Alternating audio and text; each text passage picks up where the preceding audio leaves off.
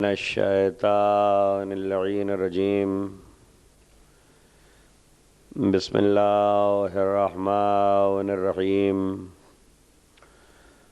الحمد للہ الاول بلا اول کانا قبلہ والآخر بلا آخر یکون بعدہ الذي قصرت عن رؤيته أبصار الناظرين وعجزت عن نعته أوهام الواصفين الذي ابتدع بقدرته الخلق ابتداء واخترعهم على مشيئته اقتراء ثم سلك بهم طريق إرادته وبعثهم على سبيل محبته والصلاة والسلام على الأول العدد وصاحب الأبد أسرته خير الأسر وإترته خير الإتر وشجرته خير الشجر نبتت في هرم بسقت في كرم سيدنا ومولانا بالقاسم محمد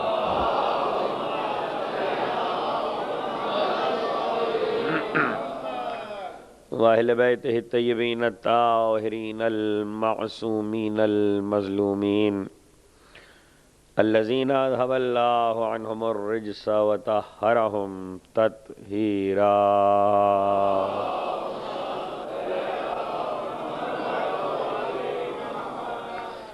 لا سیما علی الحق الجدید وطلت الرشید وغرت الحمید بقیت اللہ فی الارض وحجت اللہ علی الخلق شریک القرآن صاحب العصر والزمان عجل اللہ تعالی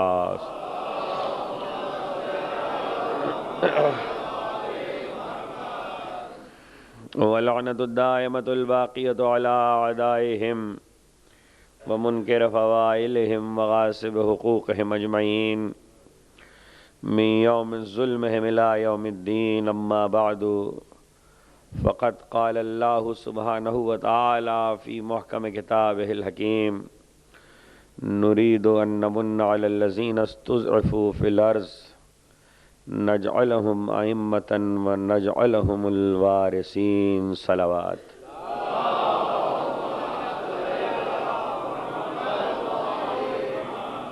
ایک مرتبہ اور سب مل کے بلند آواز سے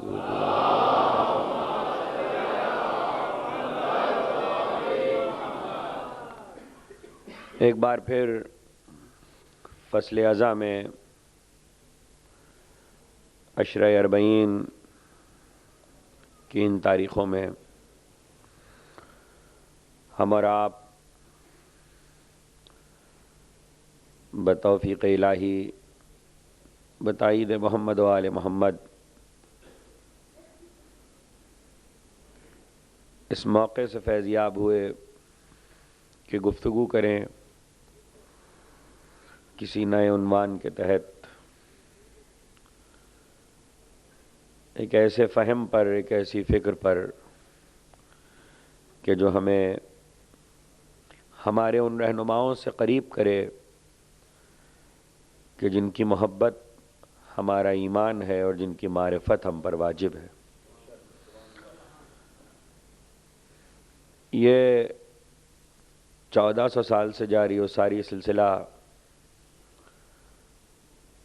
مجالس حسین کا، اس کا اولین مقصد یہی ہے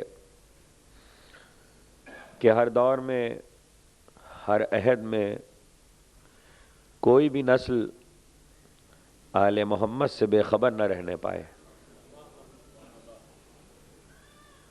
اور کما حقہ نہ صحیح اپنی اپنی توفیق کے مطابق ہر ایک جب دنیا سے جائے تو ان کو کچھ نہ کچھ پہچانا ہوا ہو، تاکہ عقبہ میں جب ملاقات ہو تو وہ یہ کہیں کہ ہاں ہم بھی اسے پہچانتے ہیں۔ پہچاننے کا عمل یہ صحیح ہے کہ معرفت کی حد تک ہم پر اور آپ پر واجب ہے، لیکن حقیقت یہ ہے کہ یہاں ہم پہچانیں گے تو وہاں وہ پہچانیں گے، اور وہاں کی پہچان کے لیے یہاں بہت کچھ ذخیرہ کر لینا چاہیے۔ یہ ذخیرہ مجالس کی صورت میں تو ہے ہی، لیکن جاتے جاتے پردہ غیب میں آل محمد ہمیں بہت کچھ ایسا بھی دے گئے کہ وقتاً فوقتاً بدلتے ہوئے عہد میں، تبدیل ہوتے ہوئے زمانوں میں کبھی سختی ہے، کبھی کشائش ہے، کبھی سہولت ہے، کبھی شدت ہے، تو ایسے میں ہمارے چاہنے والے کہیں دین سے محروم نہ ہو جائیں، تو دین کو اتنی صورتوں میں چھوڑ کے گئے کہ جب جیسا موقع ہو ویسی صورت اختیار کر لو۔ اور یہ اتنی صورتوں میں چھوڑ کے جو گئے ہیں دین کو، بظاہر ہمیں نظر آتا ہے کہ ایک طرف شریعت ہے اور ایک طرف یہ عزاداری کی تہذیب ہے، یہ دو چیزیں ہیں، لیکن حقیقتاً یہ دو چیزیں نہیں ہیں۔ ان دو چیزوں میں ایک سمندر ہے جو چھپا ہوا ہے، جس کی تلاش، دیکھیے سمندر سے موتی وہی حاصل کرتا ہے جو پیرنے کی ہمت رکھتا ہو۔ ساحل پہ کھڑے ہو کے تماشا دیکھنے والوں کے ہاتھ کچھ نہیں آیا کرتا۔ اس لیے ایمان کے معاملے میں کم از کم اتنی جرت ہر ایک میں ہونی چاہیے کہ وہ دین کے سمندر میں پیرنے کی جرت اور ہمت رکھتا ہو۔ ہاں یہ صحیح ہے کہ جب نیا نیا کوئی پیرتا ہے تو اس کو ایک رہنما کی ضرورت ہوتی ہے، ایک استاد کی ضرورت ہوتی ہے، ورنہ دیکھیے پانی گہرا ہو یا اتھلا، یہ تو طے ہے کہ اگر بغیر سکھانے والے کے پیرے گا تو اپنی جان کو خطرے میں ڈالے گا۔ اس لیے دین کے سمندر میں بھی اگر کوئی بغیر سکھانے والے کے پیرے گا تو ایمان کو خطرے میں ڈالے گا۔ ایسی صورتحال میں ہمارے علماء، ہمارے صاحبان علم 1400 سال میں انہوں نے یہ کردار ادا کیا کہ ہاتھ پکڑ پکڑ کے پیرنا سکھایا۔ ایسا نہیں ہے کہ یہ دین جو آج آپ تک پہنچ گیا اور سہولت کے ساتھ بیٹھے ہوئے ہم اور آپ یہ آزاد فضاؤں میں مجلس حسین کرتے ہیں، اس میں خدمتیں نہیں ہیں۔ تو ہاتھ پکڑ پکڑ کے پیرنا سکھایا، ہر دور میں سکھایا گیا آسانی کے ساتھ، جو جتنا سیکھ لے بہت غنیمت ہے۔ اور دیکھیے جب بچہ چھوٹا ہوتا ہے اور باپ چاہتا ہے کہ پیرنا سیکھ لے، پیرنا اور تیرنا ایک ایسا کھیل ہے کہ جس کو اسلام میں عبادت قرار دیا گیا ہے۔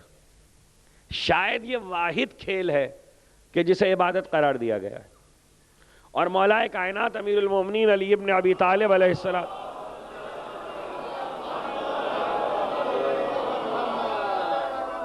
یہاں تک فرمایا کہ ایسا کرنے سے ذہن تیز ہوتا ہے، پیراکی سے ذہن تیز ہوتا ہے، مولا نے یہاں تک فرمایا۔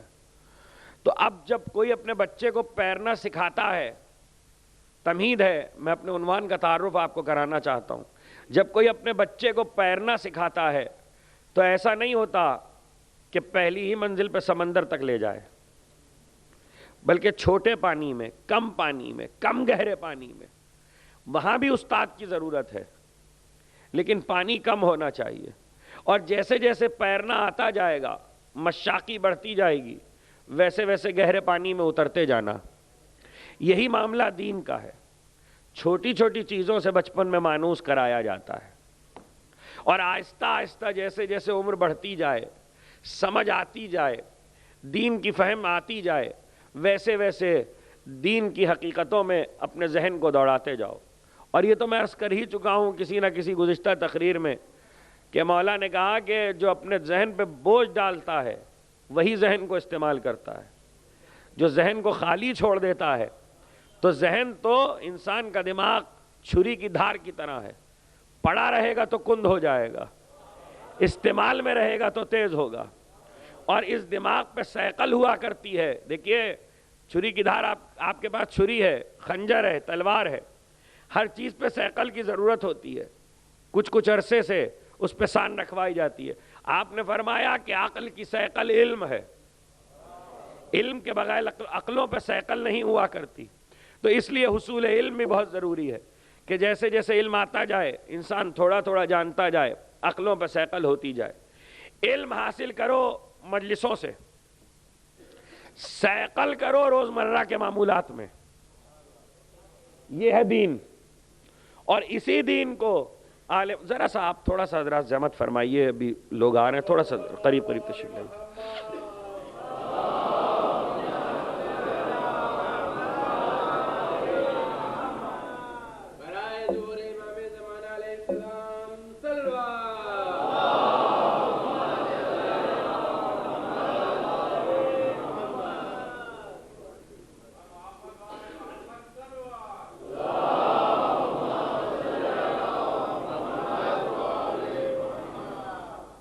ایک بار اور صلوات بھیج دیں.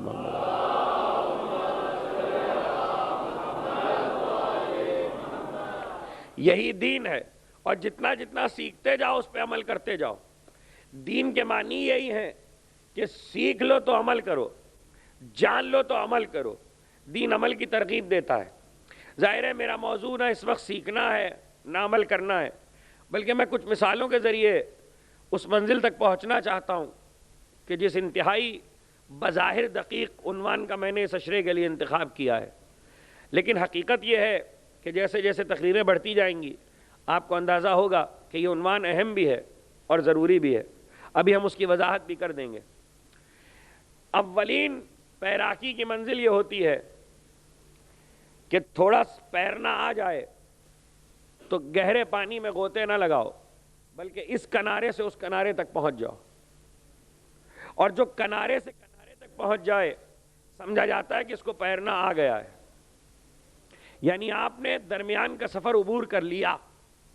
یہ اولین منزل ہے، یہ پہلا مرحلہ ہے. اس کے بعد جیسے جیسے مشق بڑھتی جائے تو اب گہرے پانی میں اترو اور گہرے پانی میں اتر کے موتی تلاش کرو. یہ مشاقی کی باتیں ہیں. اسی لیے اسلام میں اولین منزل یہی رکھی گئی ہے. آپ کہیں گے یہ عبادتوں کا پہرنے سے کیا تعلق ہے؟ آپ کو پتہ ہے یہ اس وقت جو تسبیح میرے ہاتھ میں ہے، جس کو صبح سے شام تک آپ تسبیح کا لفظ بولتے ہیں اور کہتے ہیں ہم تسبیح پڑھ رہے ہیں. ہم تسبیح پڑھ رہے ہیں، کبھی انگلیوں پہ، کبھی دانوں پہ، کبھی بغیر انگلیوں اور دانوں کے صرف زبان پہ تسبیح خدا جاری ہے. تسبیح کے حقیقی معنی عربی لغت میں کیا ہے؟ پیر کر ایک کنارے سے دوسرے کنارے پہ پہنچنا. یہ تسبیح کے حقیقی معنی ہے عربی لغت میں. ایک کنارے سے دوسرے کنارے پہ پہنچنا پیر کر. یعنی اسلام نے آسان سی چیز کو اول میں متعارف کرایا. تسبیح ایک ایسی چیز ہے کہ بچے کو نماز نہ بھی آتی ہو لیکن وہ تسبیح سیکھ سکتا ہے. نماز نہ بھی واجب ہوئی ہو لیکن تسبیح کر سکتا ہے. اسی لیے اچھے ناموں کی تسبیح، اسماء خدا کی تسبیح، اور پھر یہ اولین عبادت ہے. کبھی اگر تسبیح پہ تفصیل سے تقریر ہوئی تو انشاءاللہ عرض کریں گے کہ تسبیح کے معنی اور یہ لفظ قدرت نے کیوں انتخاب کیا اس عبادت کے لیے. لیکن اس وقت ہمیں آگے بڑھنا ہے. یہ اولین عبادت ہے. اس اولین عبادت میں جب انسان نام جپتے جپتے عادی ہو جاتا ہے اس بات کا کہ دین کے سمندر میں مشاق ہے، تو یہ نام اپنا اثر دکھاتے ہیں. اور جب وہ زبان پر آتے ہیں تو وہ تاثیر ظاہر ہوتی ہے. وہ تاثیر جب ظاہر ہوتی ہے تو اس تاثیر کے ظاہر کرنے کے لیے اسلام میں یا اہل بیت کے دین میں مختلف طریقے رکھے گئے کہ تم مختلف موقعوں پر نام لیتے رہو. اور اب یاد رکھیے گا، اولین ادنا ترین عبادت سیکھنے کے معاملے میں، ثواب کے معاملے میں نہیں. ثواب کے معاملے میں تسبیح کا ثواب بہت ہے. سیکھنے کے معاملے میں ادنا ترین عبادت تسبیح ہے، اعلیٰ ترین عبادت زیارت ہے. باقی ساری عبادتیں ان کے بیچ میں ہیں. تسبیح اور زیارت جیسے پہلی کلاس سے لے کے پی ایچ ڈی کے درمیان ساری کلاسیں ہیں، اسی طرح تسبیح اور زیارت، ان دونوں چیزوں کے درمیان ساری عبادتیں پائی جاتی ہیں. عبادتوں کا آغاز تسبیح خدا ہے، عبادتوں کا کمال زیارت ہے، عبادتوں کی معراج زیارت ہے. آپ کہیں گے ہم تو بچپن سے یہ سنتے آئے کہ نماز مومن کی معراج ہے اگر زیارت بن جائے. نماز مومن کی معراج ہے اگر زیارت بن جائے. اس لیے کہ مولا کائنات امیر المومنین علی ابن ابی طالب علیہ السلام مولا نے فرمایا کہ خدا کی عبادت اس یقین کے ساتھ کرو کہ اگر تم اسے نہیں بھی دیکھ رہے تو وہ تمہیں دیکھ رہا ہے. خدا کا سجدہ، خدا کی بارگاہ میں حاضری اس یقین کے ساتھ دو کہ اگر تم اسے نہیں بھی دیکھ رہے تو وہ تمہیں دیکھ رہا ہے. یہ اگر کا لفظ مولا نے کیوں رکھا ہے؟ اگر تم اسے نہیں بھی دیکھ رہے، اس کے معنی یہ ہے کہ انسان پر زیادہ تر کیفیت یہی ہوتی ہے کہ وہ خدا کو نہیں دیکھ سکتا، لیکن خدا تو اس کو دیکھ رہا ہے. معلوم یہ ہوا کہ خود کو، اپنے آپ کو، اللہ کو اپنے سامنے نہ بھی پائے تو اپنے آپ کو خدا کے سامنے حاضر سمجھے. یہ تمہاری اور ہماری عبادتیں ہیں. لیکن چھلکتی ہوئی مسجد کوفہ میں کسی نے پوچھا مولا آپ نے اللہ کو دیکھا ہے؟ کالی اس کا سجدہ نہیں کرتا جسے دیکھا نہ ہو. علی اس کا سجدہ نہیں کرتا جسے دیکھا نہ ہو. کہ مولا آپ نے دیکھا ہے کہ پوری بات تو سن لے.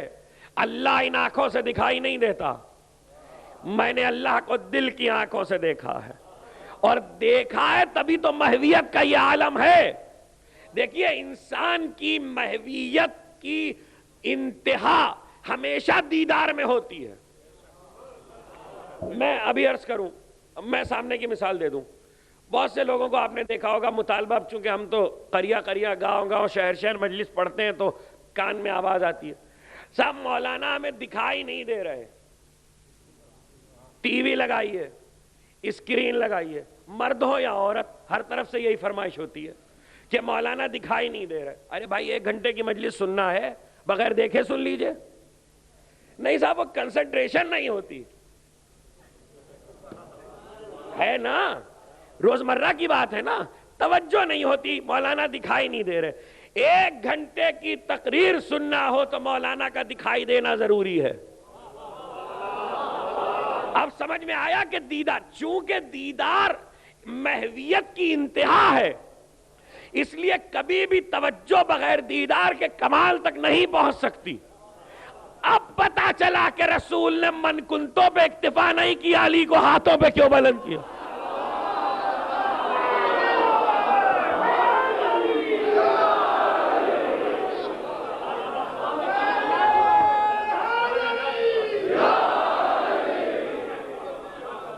رسول نے خالی حدیث پہ اکتفا نہیں کیا، علی کو ہاتھوں پہ بلند کیا.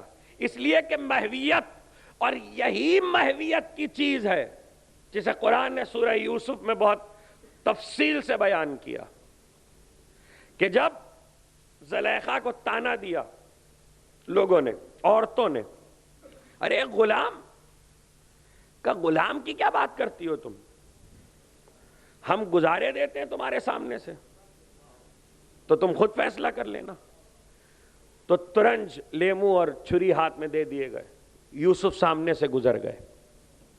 یوسف سامنے سے گزرے اور کہا زلیخا نے جس وقت گزارے یوسف کو تو اس وقت اپنے ترنج چھریوں سے کاٹ لینا، لیکن ہاتھ کٹ گئے. قصہ بارہا کا سنا ہوا ہے. قرآن نے اتنے سے قصے کو جگہ کیوں دی؟ اس میں کیا بات تھی؟ اس میں کون سی اہم بات ہے؟ اس میں صرف ایک ہی بات ہے، دیدار. جو محویت دیدار میں پیدا ہوتی ہے وہ کسی چیز میں نہیں پیدا ہوتی. یعنی انسان کی توجہ کا کمال ہے دیدار. اور جب دیدار ہو تو کافر ہو، منافق ہو، مومن ہو، دل میں کچھ بھی ہو، جب چہرہ سامنے آ جائے تو پھر توجہ اس چہرے پر ہوا کرتی ہے، پھر محویت کا عالم ہوا کرتا ہے. اور جب محویت ہو تو یہ حضوری کی انتہا ہے. عبادت میں ہو تو عبادت کا کمال ہے، ورنہ کسی کو دیکھنا اور پھر جس کو دیکھا جا رہا ہے، چاہے وہ منظر ہو چاہے چہرہ، اگر حسین بھی ہو، یعنی کیوں مصر کی عورتیں کیوں محو ہو گئیں؟ وہ چہرہ حسین بہت تھا. تو کیا مصر کی عورتوں نے حسن نہیں دیکھا؟ کیا بس صورتوں کا ملک تھا؟ نہیں، حسینوں کا ملک تھا. حسینوں میں کوئی حسین آیا تھا. جب وہ آیا تو مصر کی عورتیں محب ہوئیں. تو اب دیکھا، اب معلوم ہوا کہ دیکھنا مصر کی عورتوں کے لیے توجہ کا کمال بن گیا. اب سمجھ میں آیا کہ پیغمبر نے پھر دیکھنے سے عبادت کو کیوں جوڑا.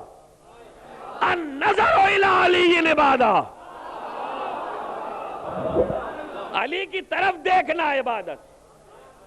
یعنی اب صورت کو دیکھنا. تو اب اگر علی نہیں ہے تو حسن کو دیکھو.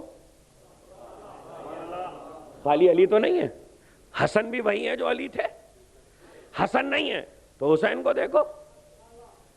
حسین نہیں ہے تو زین العابدین کو دیکھو. وہ نہیں ہے، 11ویں تک آ جائیے. اب کیا کریں؟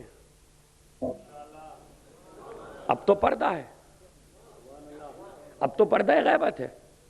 تو اب پردہ غیبت میں دیکھنے کی عبادت تعطل کا شکار ہو گئی. یعنی ایک پورا اسلام کا رکن موقوف ہو گیا، معطل ہو گیا. وہ عبادت قیامت تک کوئی کر ہی نہیں سکے گا.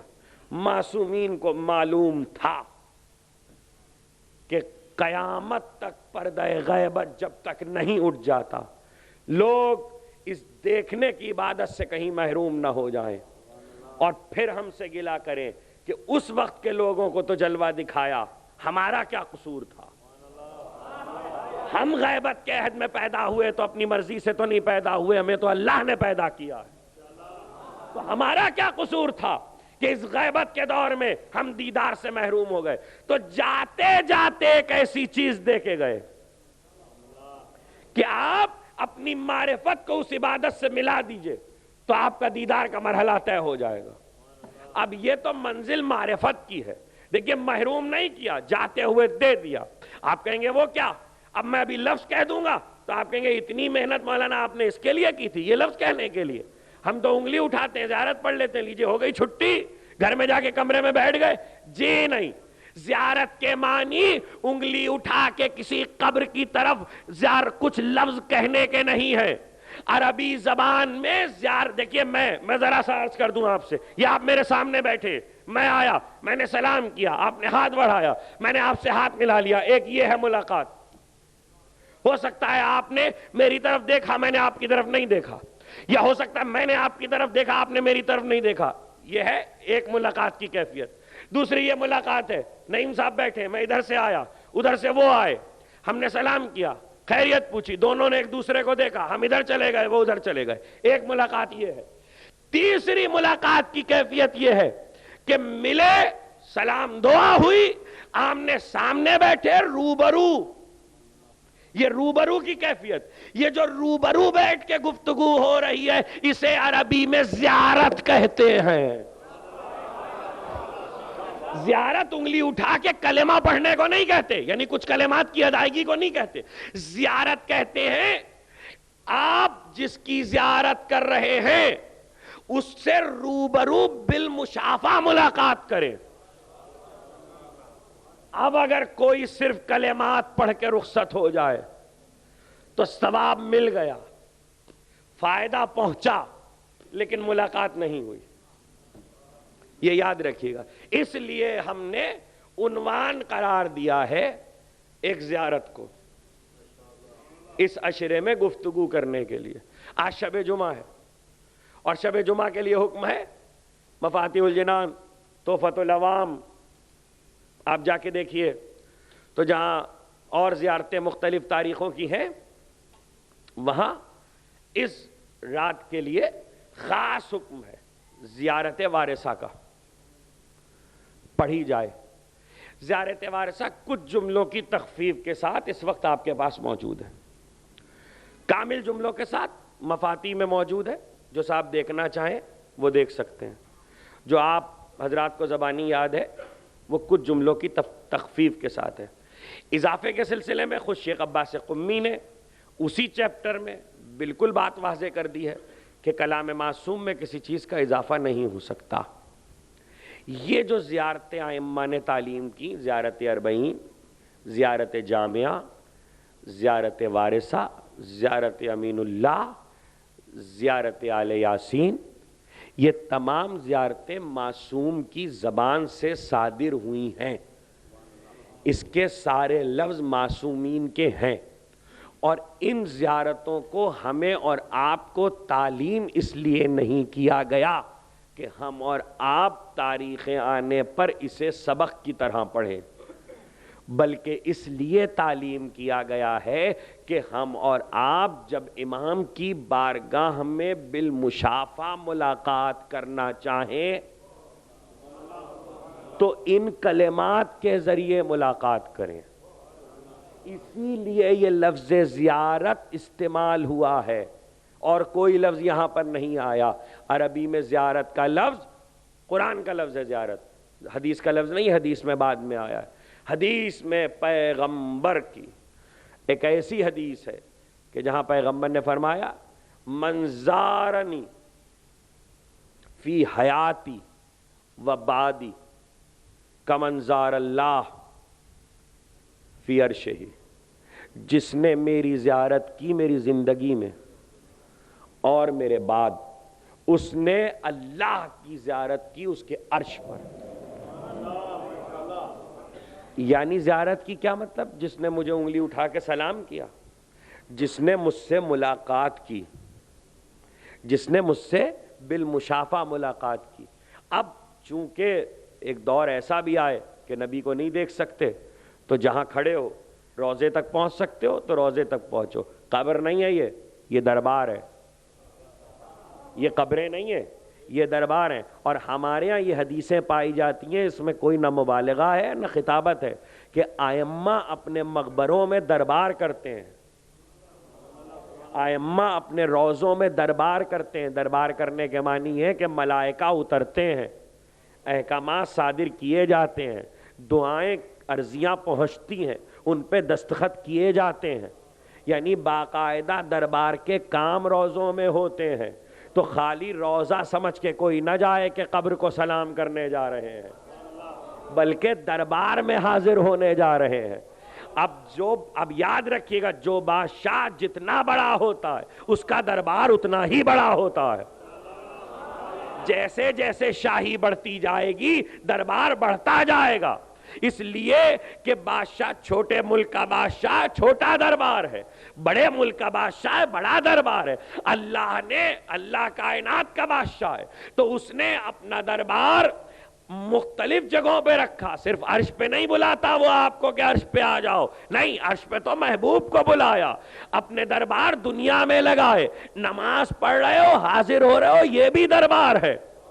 کعبے میں جا رہے ہو، طواف کر رہے ہو، یہ بھی دربار ہے. اسی طرح ائمہ نے اپنے دربار لگائے. روضوں میں دربار ہیں، جہاں جہاں روضے بنے. ہو سکتا ہے کہ حالات ایسے پیدا ہو جائیں. دیکھیے، ایک دربار کیوں نہیں بنایا؟ ایک دربار اس لیے نہیں بنایا کہ معلوم تھا آنے والے وقتوں میں ہو سکتا ہے ان درباروں کے آنے والے رستے کاٹ دیے جائیں، مسدود کر دی جائیں راہیں. تو مختلف دربار بنائے، جہاں تک پہنچ سکو پہنچ جاؤ، جس دربار تک تمہاری رسائی ہو پہنچ جاؤ. اور آخری اور حتمی، ابھی مجھ سے کوئی سوال کر رہا تھا راستے میں کہ کیا یہ حدیث صحیح ہے کہ معصومین نے فرمایا کہ جب ہمارا ذکر ہوتا ہے تو ہم آتے ہیں؟ خدا کی قسم یہ حدیث صحیح ہے، اس میں کوئی شک نہیں ہے. یعنی روضوں کو دربار بنانے کے بعد جو آخری دربار بنایا وہ مجلس کی صورت میں ہے.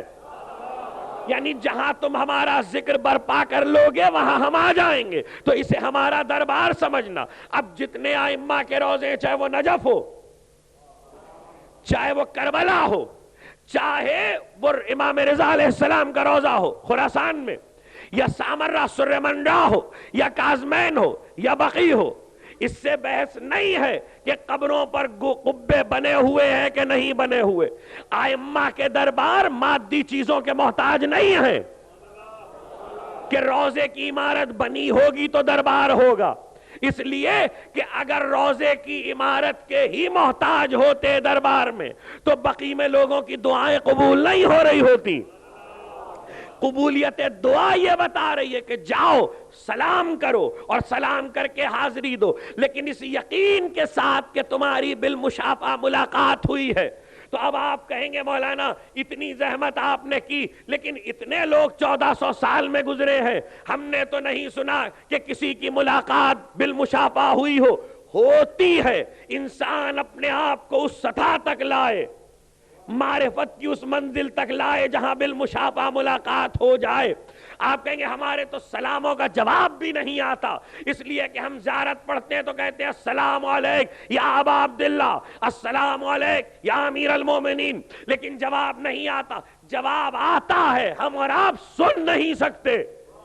ہم اپنے نفس کو اس سطح پر پہنچائیں کہ جہاں ہم اس جواب کو سن لیں، اور تاریخ میں وہ واقعہ موجود ہے کہ ایک شخص، ایک جوان ہے، اور وہ جوان، دیکھیے عجیب و غریب واقعہ ہے، وہ جوان، اس کی ماں اپاہج ہے، اور ظاہر ہے کہ چونکہ اپاہج ہے اس لیے لقمے نرم کر کے کھلاتا ہے، خدمت کرتا ہے۔ ماں نے کہا بیٹا مجھے زیارت کربلا کے لیے لے چل، تو کہا اماں کربلا کے لیے آپ کو لے چلیں، ظاہر اپاہج ہے چل نہیں سکتی، تو راستہ بہت طویل تھا، اس نے اپنے کندھوں پہ ماں کو بٹھایا، جہاں رات کو قیام ہوتا تھا اتار دیتا تھا، ماں کی خدمت کرتا تھا، پھر کندھوں پہ بٹھا کے لے چلتا تھا، یہاں تک کہ کربلا پہنچ گیا۔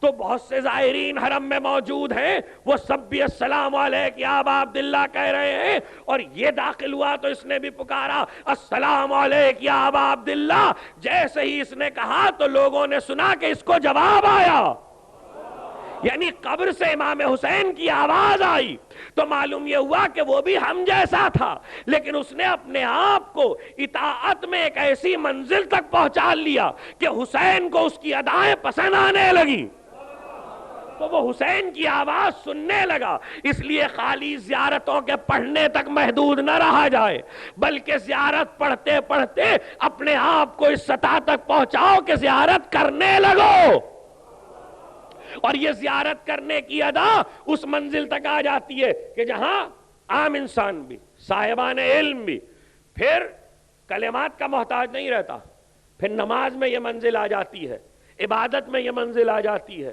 چلتے پھرتے یہ منزل آ جاتی ہے۔ آپ کہیں گے یہ کیسے ہو سکتا ہے کہ کلمات کے بغیر؟ ہاں، سید مہدی بحرالعلوم نماز پڑھ رہے ہیں، اور نماز پڑھتے پڑھتے ظاہر ہے کہ قیام میں کھڑے ہیں، سورہ کی تلاوت، ایاک نعبد و ایاک نستعین، ایاک نعبد و ایاک نستعین، اور اس کے بعد جو رکے تو پیچھے سارے نمازی حیران ہیں کہ آخر کیا ہوا، یہ سید خاموش کیوں ہو گئے؟ ایسا تو نہیں ہو سکتا کہ بھول گئے ہوں، اور اتنا طویل سناٹا کہ گویا نماز باطل ہو جائے گی، اس لیے کہ نماز میں ایک شرط ہے موالات، اور سید مسلسل خاموش ہے۔ کھکارا پیچھے والوں نے سبحان اللہ، اللہ اکبر، لیکن سید پہ جو خاموشی طاری ہے سو طاری ہے۔ بہت دیر گزر گئی، آخر وہ سناٹا ٹوٹا، اور جب سناٹا ٹوٹا تو سید نے سورہ کو وہیں سے مسلسل کیا جہاں چھوڑا تھا، واپس نہیں گئے، جہاں سورہ چھوڑا تھا وہیں سے مسلسل کیا۔ نماز ختم ہوئی، لوگوں نے گھیر لیا، کہا سید کیا بات ہے، آج وہ ہوا جو کبھی نہ ہوا تھا۔ کہا کیا ہوا؟ کہا عین سورہ کے درمیان میں آپ خاموش ہو گئے، اور اتنی طویل خاموشی۔ کہا میں کیا کروں، وقت کے امام کا چہرہ دیکھ رہا تھا، وقت کے امام کا چہرہ دیکھ رہا تھا۔ تو جب وقت کے امام کا چہرہ سامنے، نماز پڑھ رہے ہیں حالت نماز میں، یعنی یہ زیارت کی وہ کیفیت آ گئی کہ اب کلمات درمیان سے ہٹ گئے، اب بالمشافہ ملاقات ہونے لگی۔ یہ میں آپ کو دو چار قصے اس لیے سنا رہا ہوں کہ میں نے زیارت وارثہ کو عنوان رکھا ہے، اور آج چونکہ تمہیدی تقریر ہے اس لیے صرف لفظ زیارت پہ گفتگو ہوگی، کل سے ہم شرح کی منزلوں سے گزریں گے، اور اس کی شرح دو طرح سے ہو سکتی ہے۔ ایک یہ کہ ہم اس کے کلمات کی شرح کریں جیسا کہ ضروری ہوگا، اور جہاں جہاں پر ضروری ہوگا تو ہم اس کے کلمات کی شرح کریں گے، اور دوسرے یہ کہ زیارت وارثہ میں جتنی شخصیتوں کا ذکر ہے اس میں جو شخصیتیں عنوان بنی ہیں ہم ان کا تذکرہ کریں، تو اس کے حوالے سے ظاہر ہے کہ شخصیتوں کے وہ حالات جو کربلا سے متعلق ہیں وہ بھی آ سکتے ہیں۔ اسی طرح ہم 10 دن آپ سے گفتگو کریں گے، اگرچہ یہ موضوع عام ڈگر سے ہٹ کر ہے. لیکن گزشتہ سال اور اس سال آپ میرے مزاج سے واقف ہو گئے، میں آپ کے مزاج سے واقف ہوں، اس لیے آپ کی سماعتوں پر اعتماد کر کے ایک ایسا عنوان رکھا ہے. سال گزشتہ لاہور میں زیارت جامعہ کی شرح پہ اشرا پڑھ چکا ہوں. ارادہ تھا کہ وہ رکھوں، لیکن ضرورت محسوس کی کہ اس وقت پہلے زیارت وارث صاحب پہ پڑھ دیں، آنے والے کسی سال میں انشاءاللہ زیارت جامعہ کی شرح کریں گے کہ معصوم کے ان کلمات میں کیا ہے. لیکن اس وقت لفظ زیارت چونکہ تعارف مقصود ہے تو زیارت بالمشافہ ملاقات ہے. اب لوگوں نے چونکہ اس ملاقات کو نہیں سمجھا، اس لیے یہ زیارت محدود رہ گئی کلمات تک، اور جب کلمات تک محدود ہوئی تو آہستہ آہستہ امت نہ سمجھ سکی اور اس زیارت پہ بدعت کے فتوے لگنے لگے. اب آپ کہیں گے بدعت کے فتوے کیسے لگے؟ اس لیے کہ آپ جب کربلا جاتے ہیں، آپ جب امام رضا کے روضے پہ جاتے ہیں، آپ جب سامرا جاتے ہیں، زیارت کرتے ہیں، تو فتویٰ یہی آتا ہے کہ قبروں کی زیارت ہو رہی ہے، اور جب قبروں کی زیارت ہوگی تو قبر پرستی ہوگی. چونکہ زیارت کے مفہوم کو نہیں سمجھا گیا، اس لیے کہا گیا کہ قبر کی زیارت ہو رہی ہے. ہم قبر کی زیارت کرنے نہیں جا رہے ہیں، ہم قبر کی زیارت کرنے نہیں جاتے، ہم صاحب قبر کی زیارت کرتے ہیں. یہ بتانا پڑے گا، یہ سمجھانا پڑے گا کہ ہماری زیارتیں صاحب قبر کی ہیں، قبر کی نہیں ہیں. اور رہ گئی قبر پرستی کی بات، قبر کی زیارت، تو قرآن مجید میں یہ لفظ قبر کے لیے بھی آیا ہے. بسم اللہ الرحمن الرحیم، الہاکم التکاثر حتی زرتم المقابر. اب ایک بڑا مسئلہ یہ ہے کہ ترجمہ کرنے والے ردے پہ ردہ رکھا جاتا ہے، جو ترجمہ ہو رہا ہے وہ ہو رہا ہے، بس اس کو پھر کوئی غور نہیں کرتا کہ کیا کہا گیا ہے. اس کا ترجمہ لوگوں نے یہ کیا، الہاکم التکاثر، تمہیں کیا ہو گیا ہے، تم مال و اولاد کی غفلت، کثرت سے غفلت میں پڑے ہوئے ہو. حتی زرتم المقابر، تمہاری غفلت رہے گی یہاں تک کہ تم قبروں میں پہنچ جاؤ، قبروں سے ملاقات کرنے کا. چونکہ یہاں محاورتاً استعمال ہوا زرتم، کہ تم قبروں کی زیارت کر لو. جی نہیں، ایسا نہیں ہے، یہاں محاورہ نہیں استعمال ہوا ہے، یہاں لفظ زیارت اپنے حقیقی معنی میں آیا ہے، اور اس کی دلیل حدیث رسول میں موجود ہے.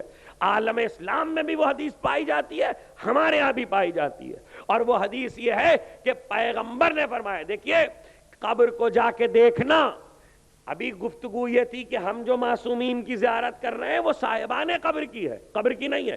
لیکن اگر قبر کی ہو تب بھی بدعت نہیں ہے، یہ بتا رہا ہوں، اس لیے کہ قرآن میں موجود ہے. اور ائمہ کی معصومین کی قبریں اپنی جگہ، ہماری تمہارے جیسے لوگوں کی قبریں اگر ہو تو اس کی زیارت کو قرآن کہہ رہا ہے الہاکم التکاثر، تمہیں کیا ہو گیا، تم مال و اولاد کی کثرت سے غفلت میں پڑے ہو. اور ترجمہ کرنے والوں نے کہا کہ یہاں پر جا کر ملیں گے تو وہ غفلت ختم ہوگی، یعنی جب قبر میں آدمی پہنچ جائے گا تو غفلت ختم ہوگی. ایسا نہیں ہے. پیغمبر نے فرمایا کہ جب انسان قبرستان میں جاتا ہے اور قبروں کی زیارت کرتا ہے تو دنیا اس کے دل سے نکلنے لگتی ہے، دنیا اس کی نگاہوں میں گرنے لگتی ہے. اس لیے زیادہ سے زیادہ قبروں کی زیارت کرو تاکہ دنیا تمہیں دھوکے میں نہ ڈالے. پیغمبر کہہ رہے ہیں، یعنی کس کی قبروں کی؟ عام قبرستانوں میں جاؤ. زیادہ سے زیادہ، عامہ میں یہ روایت ام المومنین سے، ہمارے ہاں ائمہ سے، پیغمبر نے فرمایا زیادہ سے زیادہ قبروں کو دیکھو تاکہ دنیا تمہیں غفلت میں نہ رکھے، تم غافل نہ ہو جاؤ. تو ہماری اور آپ کی قبر، ہم جیسے لوگوں کی قبر، گنہگار انسانوں کی قبر کا مرتبہ یہ ہے کہ وہ انسان کے قلب کی غفلت کو دور کرتی ہے. تو اگر قبر معصوم کی ہو، اگر قبر صاحب عصمت کی ہو، اگر قبر صاحب امامت کی ہو تو اس کا جاہ و جلال، اس کی ہیبت، اس کا نور، اس کے جلوے دیکھ کر انسان کی نگاہ سے دنیا گرنے لگتی ہے. جائے تو انسان دیکھے تو، اور پھر اس میں بھی سارے ائمہ میں ایک معصوم ایسا ہے کہ جس کی قبر کی مسلسل زیارت انسان کو غفلت سے دور کر دیتی ہے. ایک امام ایسا ہے، ہر امام کی قبر کی زیارت غفلت سے دور کرتی ہے، لیکن ایک امام ایسا ہے کہ جس کی قبر کی زیارت آپ کو مسلسل جو کرتا رہے گا غفلت سے دور کر دے گی اور معرفت میں اضافہ کرے گی، اور وہ ہے سید الشہداء امام حسین علیہ السلام۔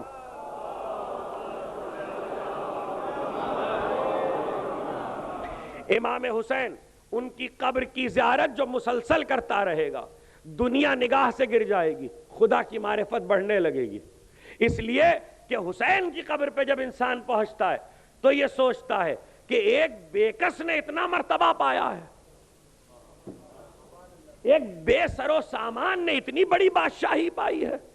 دیکھیے آج بھی قبر حسین کی جب انسان زیارت کرے تو یہ خیال آتا ہے، جو لوگ گئے ہیں اور جو نہیں گئے خدا انہیں لے جائے، خدا کرے کہ یہ راستے کھلے اور بہت جلد کربلا کے زائرین کربلا تک پہنچیں۔ کربلا کی زیارت کو، کربلا میں قیام کو منع کیا گیا ہے، زیارت پہ اصرار کیا گیا ہے، اور کثرت سے جاؤ زیارت کرو کربلا کی۔ اور پھر فرمایا صفوان جمال کہتا ہے کہ میں حضرت امام جعفر صادق علیہ السلام کی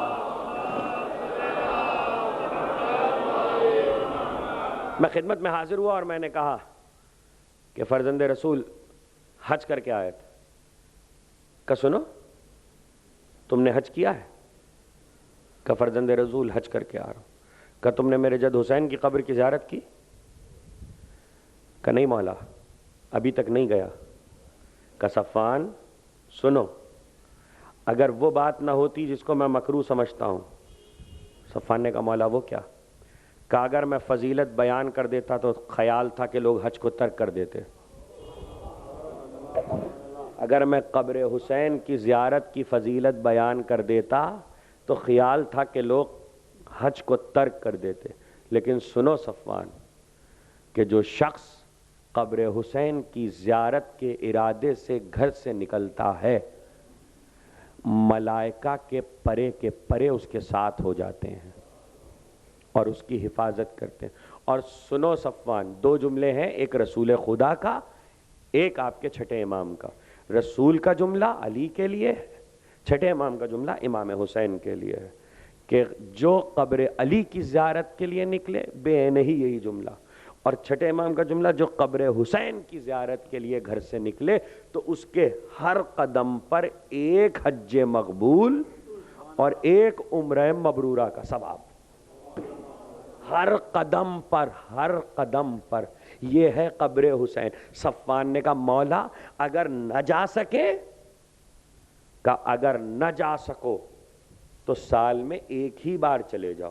کہ مولا وہ بھی نہ جا سکیں، اگر حالات ایسے ہوں، کہ سنو اگر نہ جا سکو تو اتنا ہی ثواب پاؤ گے اگر اپنے گھر کی چھت پہ بلند ہو کر کربلا کی سمت انگلی اٹھا کر رخ کر کے میرے جد کے قبر کی طرف۔ اور اس کے بعد یہی وہ حدیث ہے جس میں صفوان کو آداب زیارت بھی تعلیم کی ہے، اور صفوان سے دو روایتیں، دو زیارتیں صفوان سے روایت ہیں جو امام نے فرمائی ہیں، آپ کے چھٹے امام نے، ایک زیارت عاشور، ایک زیارت وارثہ۔ زیارت وارثہ بھی صفوان نے بیان کی ہے، آداب تعلیم کیے، کہ صفوان اس طرح سے زیارت کرو میرے جد حسین کی۔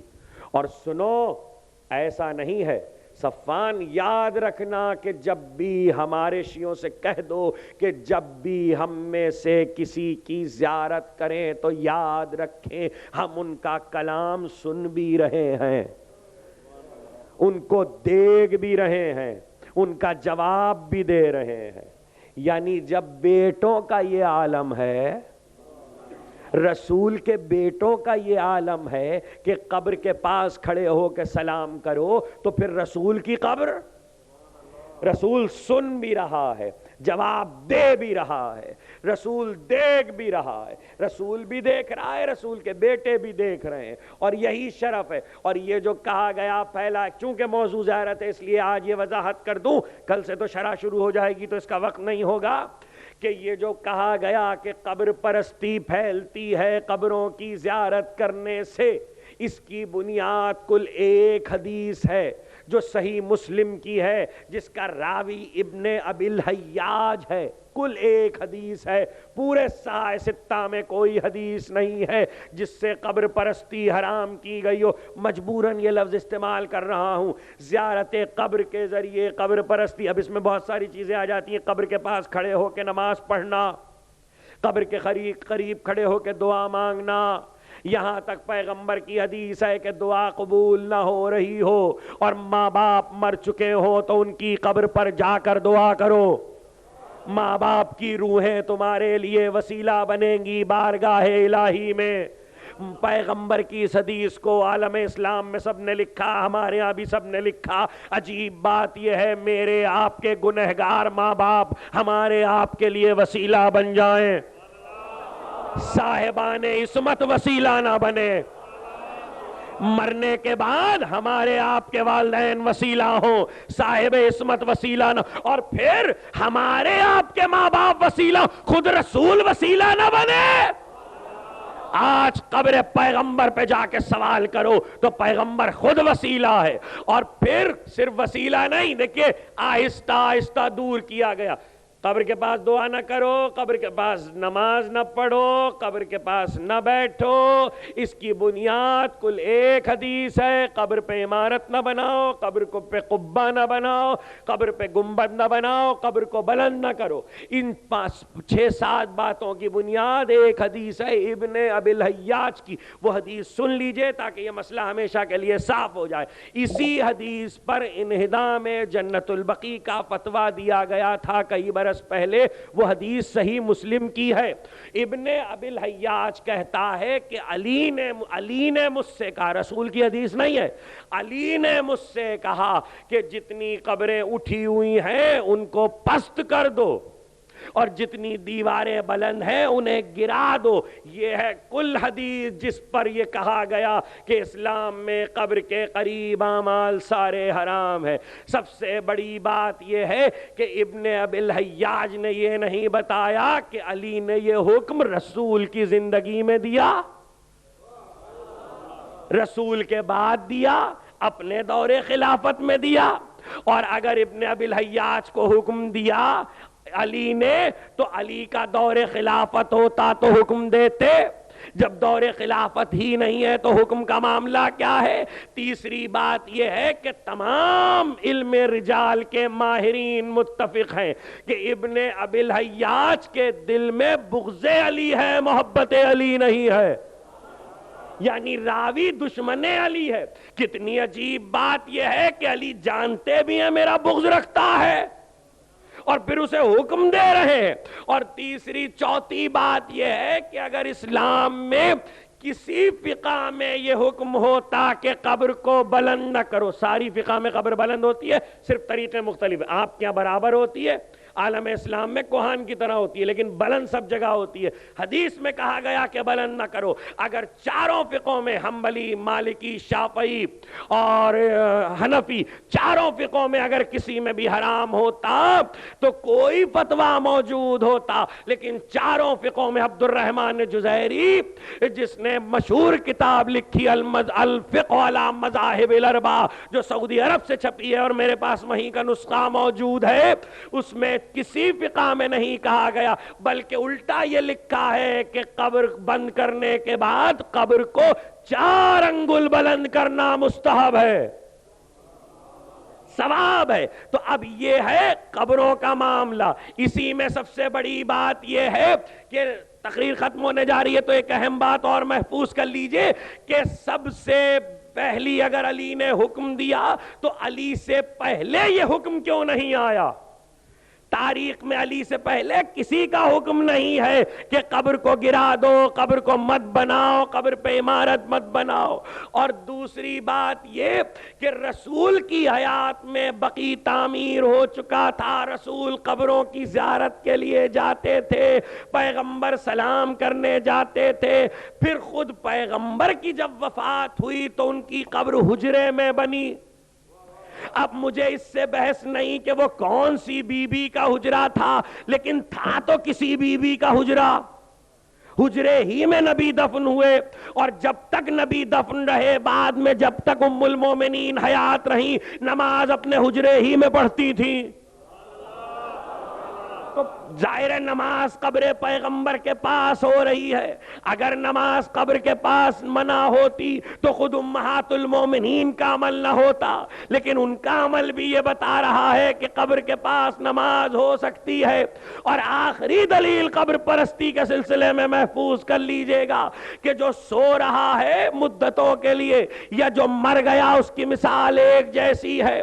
اصحاب کہف کا قصہ قرآن نے رکھا ہے سورہ کہف میں، اور وہاں یہ ہے کہ جب 300 سال کے بعد وہ اٹھے اور جب باہر نکلے، ان میں کا ایک تو دیکھا کہ عیسائی حکومت ہو چکی ہے، عیسیٰ پہ لوگ ایمان لا چکے ہیں، بادشاہ ان کے ساتھ آیا، سارا گروہ آیا۔ اس وقت قرآن کہتا ہے کہ ان میں دو طرح کے لوگ ہو گئے۔ جب تملیغہ جا کے سو گئے واپس اپنے ساتھیوں کے ساتھ، اور اندر جا کے دیکھا گیا تو کہا سب سو گئے، انہوں نے کہا یہ اللہ کی آیتیں، اب کریں کیا اللہ کی آیتوں کا؟ تو دو گروہ ہوئے، دونوں میں سے ایک نے کہا اس پر عمارت بناؤ، جبکہ دوسرے نے کہا لَنَتَّخِذَنَّ عَلَيْهِمْ مَسْجِدًا، سورہ کہف، عمارت نہیں بناؤ، ان سونے والوں کے اوپر مسجد بناؤ تاکہ یہاں عبادت ہو سکے۔ تو طے ہو گیا، قرآن نے تنقید نہیں کی کہ وہ مسجد غلط بنی، وہاں سجدہ غلط ہوا۔ اگر سوئے ہوئے اصحاب کہف اللہ کی آیت ہو اور وہاں سجدہ کر کے سجدہ حرام نہ ہو، تو قبر حسین کے پاس سجدہ کیسے حرام ہو؟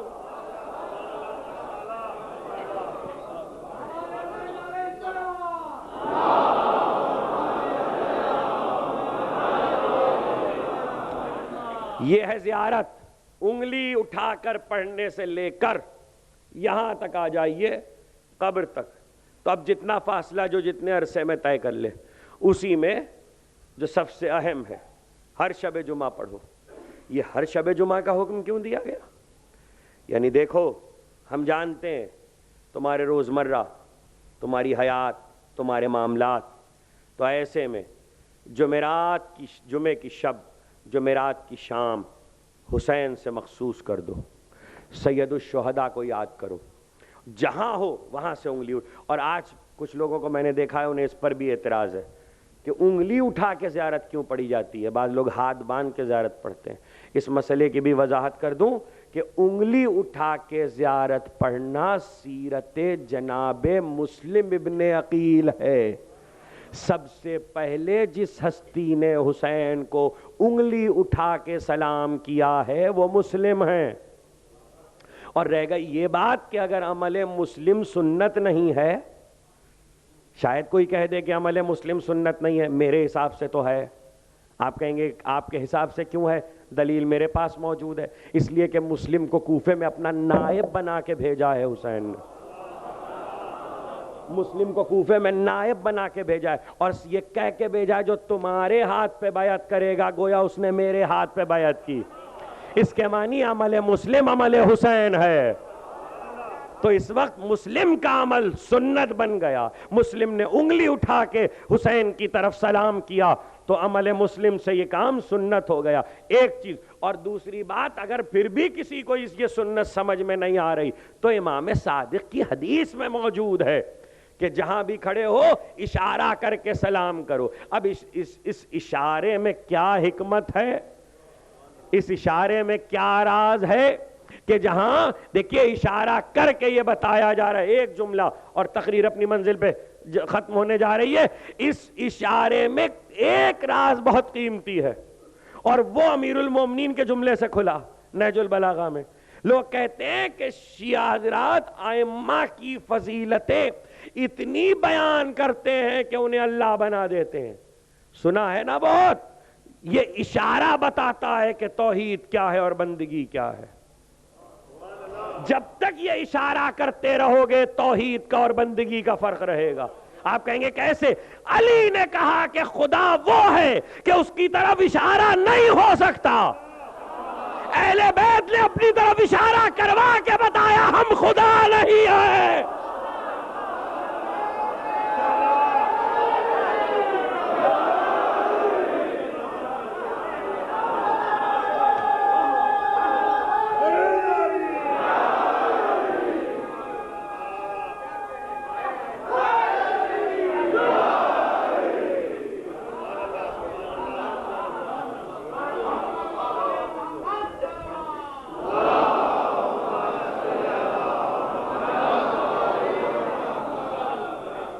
آپ کی توجہات پر شکر گزار ہیں. ظاہر ہے کہ آج کی تقریر کچھ دقیق تھی, ذرا سا الگ ہٹ کر. کل سے انشاءاللہ قصداً اور ارادتاً چونکہ تمہید تھی تو کل سے شرح کی منزل آئے گی زیارت وارثہ کی, ہم گفتگو کریں گے بہت تحمل کے ساتھ. آپ حضرات نے سماعت فرمایا. یہ کل کے لیے اعلان ہے کہ کل مجلس کے بعد مصائب میں کے بعد جناب شہزادی سکینہ کا تابوت خواتین میں برآمد ہوگا. یہ کل کے لیے اور آج کے لیے بھی مجھے خاص حکم ملا ہے, اس لیے میں نے یہ چاہا کہ تقریر آخر تک زیارت پہ رہے. زیارت کے معنی صورت دیکھنا, زیارت کے معنی ملاقات, زیارت کے معنی دیدار. کہا جب شادی کی جناب عبداللہ ابن جعفر سے تو عبداللہ کو بلایا علی نے اور کہا عبداللہ بیٹا دیکھو 2 باتیں یاد رکھو اور اس کا وعدہ تمہیں کرنا ہوگا. کہا چچا وہ کیا؟ کہا ایک تو یہ کہ ہم اپنی بیٹی تم سے بیاہ رہے ہیں, یہ ثانیہ زہرا ہے, یہ خدیجہ کی تصویر ہے. دیکھو عبداللہ ایک تو ایک وقت ایسا آئے گا, ایک عہد و پیمان ہے کہ حسین عراق جائیں گے, تو اس وقت زینب کو ساتھ جانے سے مت روکنا. کہ آقا بصر و چشم جو آپ کا حکم ہو. کہ عبداللہ دوسرا وعدہ ہم سے یہ کرو کہ زینب اپنے بھائی کو دیکھے بغیر رہ نہیں سکتی. خدا آپ کی آوازوں پہ اپنی رحمت نازل کرے.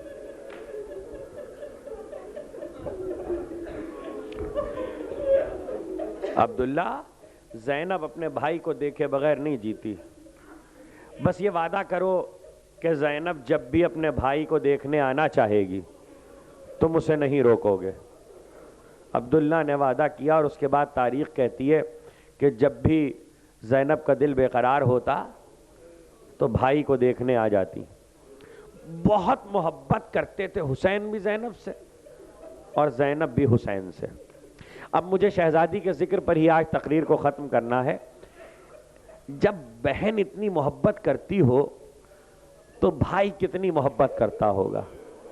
ایک دن آفتاب چڑھ رہا تھا, حسین داخل ہوئے تو دیکھا کہ روزن میں سے دھوپ آ رہی ہے اور زینب بستر استراحت پر ہیں اور دھوپ زینب کے چہرے پہ آ رہی ہے, کرنیں آ رہی ہیں روشنی, تو کہیں آرام میں خلل نہ پڑ جائے.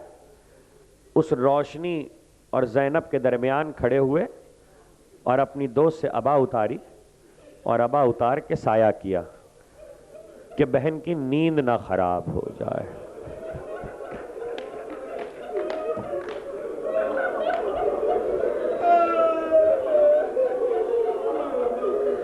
آنکھ کھلی تو دیکھا کہ بھائی ابا کا سایہ کیے کھڑا ہے.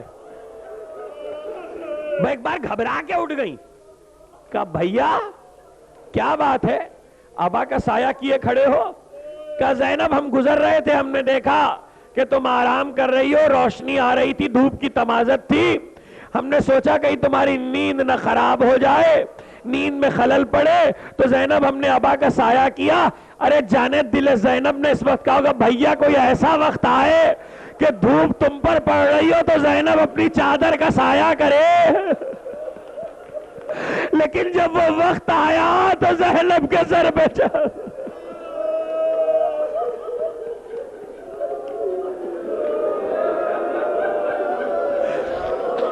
وہ وقت آیا تو زینب کے سر پہ چادر نہیں تھی. اللہ اللہ اتنی محبت. 5 برس کی زینب کو جناب سیدہ نے بلایا کہ بیٹا زینب میرے پاس بیٹھ جاؤ. زینب بیٹھ گئی. کہ بیٹا ایک وقت آنے والا ہے تمہارا بھائی کربلا جائے گا, دیکھو بی بی قربانیاں ہونا ہے, حسین پر قربانیاں دی جائیں گی. اے زینب اس وقت میں بس اس بات کا خیال کرنا اپنے بچوں کو حسین سے زیادہ پیارا نہ کرنا. یہ 5 برس کی عمر کی وصیت تھی سیدہ کی، جسے زینب نے گرہ سے باندھ لیا۔ اور دوسرا جملہ ایک یہ کہا کہ جس وقت بلایا تھا اس وقت زہرا ایک کرتا سی رہی تھی، ایک کرتا سی رہی تھی۔ تو کہا اماں یہ کرتا کس کے لیے سی رہی ہے؟ کہ تمہارے بھائی حسین کے لیے۔ زینب دیکھو، جب حسین کے لیے ہم یہ کرتا سی کے رکھ رہے ہیں، ایک وقت ایسا آئے گا کہ حسین تمہارے پاس رخصت آخر کے لیے آئیں گے، اے زینب یہ کرتا انہیں پہنا دینا، اور جب قید شام سے چھٹ کے وطن آنا تو اس کرتے کو لا کے ہماری قبر پہ ڈال دینا۔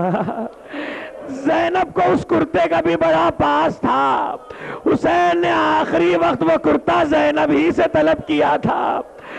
عزیزو 2-4 جملے سن لو، آپ کی آنکھوں میں آنسو آ گئے۔ بی بی کا ذکر ہے، مختل کہتا ہے کہ شب عاشور ختم ہونے کو تھی، صبح نمودار ہونے والی تھی کہ ایک بار خیمے میں داخل ہوئے تو حسین آگے تھے، زینب پیچھے تھی، اور یہ کہتے ہوئے داخل ہوئے بہن آؤ ہمیں تم سے کچھ باتیں کرنا ہے۔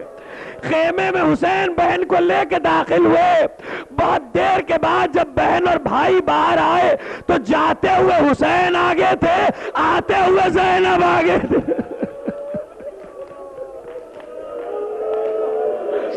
مطلب یہ تھا کہ اے زینب اب تک اس قافلے کو ہم لائے ہیں، اب اس قافلے کو تمہیں لے جانا ہے۔ اور آخری جملے 2 کہے تھے، 2 جملے، اور وہ 2 جملے سن لو۔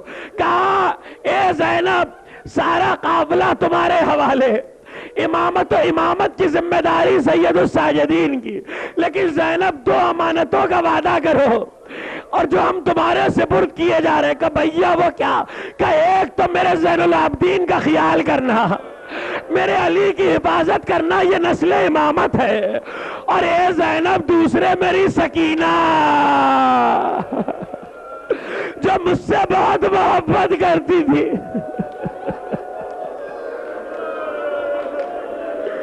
عزیزہ زینب نے بڑی حفاظت کی، کبھی زینب سید سجاد کے آگے آ جاتی تھی، کبھی زینب سکینہ کے آگے آ جاتی تھی۔ کوفے سے شام کی ساری منزلیں قید خانہ، مختل کہتا زینب نے بڑی حفاظت کی۔ لو عزیزو تقریر ختم ہو گئی جناب زینب کے ذکر پر۔ ایک بار حسین کا وہ سر جو نیزے پر تھا وہ نیزہ زمین میں گڑ گیا، نیزہ آگے نہیں بڑھتا، چلتے چلتے رک گیا۔ خولی نے بہت کوشش کی مگر نیزہ نہ بڑھا، سر حسین آگے نہ بڑھا۔ تازیانہ لے کے بیمار امام کے پاس آیا، کہا تمہارے باپ کا سر آگے نہیں بڑھتا۔ ایک بار قریب آئے، کہا بابا کیا بات ہے؟ کہا میری سکینہ ناخے کی پشت سے گر گئی ہے۔ یہ سننا تھا کہ زینب نے اپنے آپ کو اونٹ سے گرا دیا۔ اور سنو گے جملہ، سنو گے مختل میں بڑا قیامت کا جملہ ہے۔ صحرا میں سکینہ کو ڈھونڈنے کے لیے چلی، مگر اس طرح چلی جیسے حسین علی اکبر کے لاشے پہ گئے تھے۔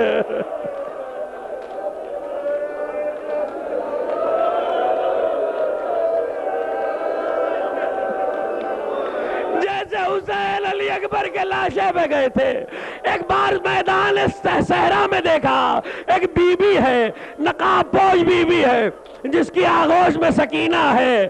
قریب پہنچی کہ بی بی تیرا بڑا کرم، اللہ تجھے جزائے خیر دے، تو نے میری بچی کی حفاظت کی، میری بھائی کی امانت کی۔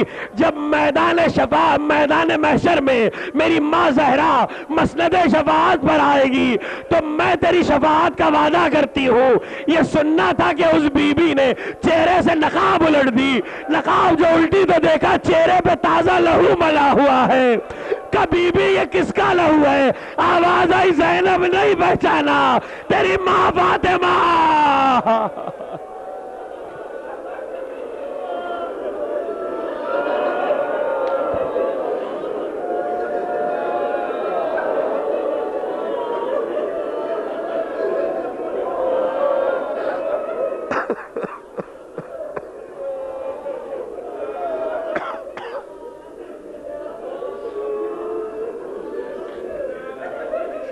الہی بحق زہرا و ابیہا و بالہا و بنیہا، خداوندہ ان آوازوں پر اپنی رحمت نازل فرما، یہ زبانیں جو ذکر آل محمد میں گویا ہیں ان پر اپنی رحمت نازل فرما، یہ دل جو محبت آل محمد سے لبریز ہیں ان پر اپنی رحمت نازل فرما، یہ آنکھیں جو غم حسین میں اشکبار ہیں ان پر اپنی رحمت نازل فرما۔ خداوندہ بانی مجلس، حاضرین مجلس سب کی توفیقات میں اضافہ فرما، دعاؤں کو قبول فرما، تمناؤں کو برلا، بیماروں کو شفاء کامل و عاجل عطا فرما، بے روزگاروں کو روزگار واسع، بے اولاد کو اولاد صالح و نرینہ کر، اپنے حجت کے ظہور میں تعجیل فرما، ہمیں ان کے آوان و انصار میں شمار فرما، اگر تیرا امر حتمی جسے موت کہتے ہمارے ان کے ظہور کے درمیان حائل ہو جائے تو ہمیں قبروں سے اٹھا کے اپنے ہادی سے ملحق کر دینا۔ شب جمعہ ہے، 1 مرتبہ سورہ حمد اور 3 مرتبہ سورہ اخلاص، جملہ ارواح المومنین و مومنات کے اور اپنے اپنے مرحوم